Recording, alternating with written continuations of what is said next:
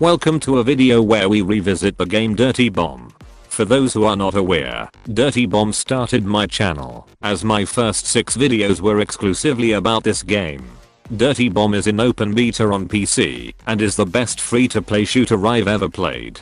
Dirty Bomb can be described as a mix of Overwatch and Counter-Strike. It's a class-based hero shooter, where there's an attacking and defending team that play around a variety of objectives in an evacuated London backdrop. Much like Overwatch, the playable mercenaries all have separate and defined roles, including assault, snipers, engineers, and medics. Although unlike Overwatch, all playable mercenaries can do everything the other roles can do. For example, anyone can revive any fallen teammates, repair, or blow up objectives, and comfortably kill other players. However, the appropriate roles are able to do it more effectively. This also means that even players who would usually be forced into a healer role can be just as deadly as their MLG sniper teammates. The aiming system is also perhaps my favorite in any first-person shooter. Hip-fire accuracy is extremely accurate, however aiming down sights is still an option for those times where you're trying to shoot 6 fucking pixels of an enemy. To this day, I've never had better aim with a game than I have with Dirty Bomb. The movement system, although admittedly not as crazy as Titanfall, is still much better than most first-person shooters. The speed in which players run is a perfect balance between the predictability of Overwatch and the batshit crazy bullshit of Titanfall. Wall jumps make traversing maps easier and more exciting. However, the harder jump routes are more difficult to master.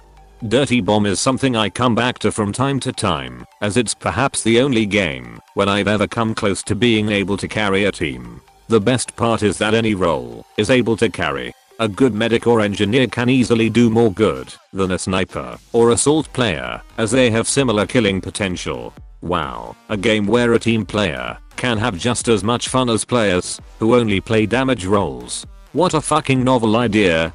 This is also the one game where I feel they've done stealth correctly. The mercenary Phantom is able to turn invisible at will and stab people with his weeb stick.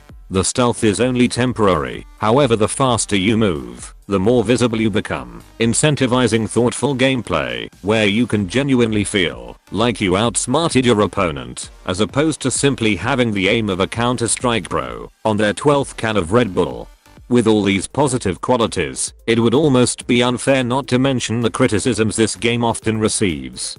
Firstly, content updates have grinded to a halt over the past year or so. There hasn't been any new maps, modes or mercenaries to play as for a huge amount of time. However, with the developer recently becoming more independent and hiring a metric shit ton of new employees, I have high hopes that the next year will be far more productive than the last. In fact, from the release of this video, the development team should be less than a day away from adding a new map. It's about fucking time, shoo. Perhaps the biggest reason this game hasn't been as popular as many other shooters was criticism from the Angry Joe show, which stated that the game was pay to win. This is simply entirely untrue. The loadout system is based around loadout cards that are dropped from cases every few matches. These cases can also be bought through microtransactions. However, anything in the game can be grinded with enough playtime. Some loadout cards are insanely rare, however they only offer a cosmetic change that doesn't affect gameplay. Most mercenaries also need to be bought with either in-game credits or microtransactions. However, having unlocked them all, I was never personally compelled to buy any of them with real-world money.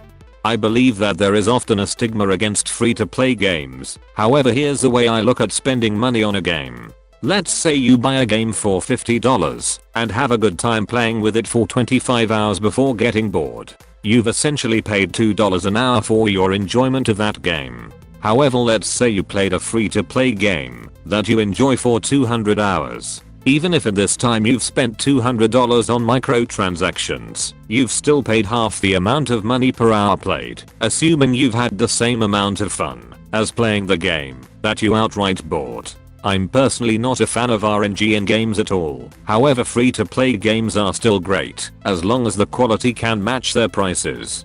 Dirty Bomb in the end is an amazing game if you want to try a different high quality shooter for free. Even PCs that are running on GTX 420 Ti potatoes can run it at low settings. Who knows what can happen?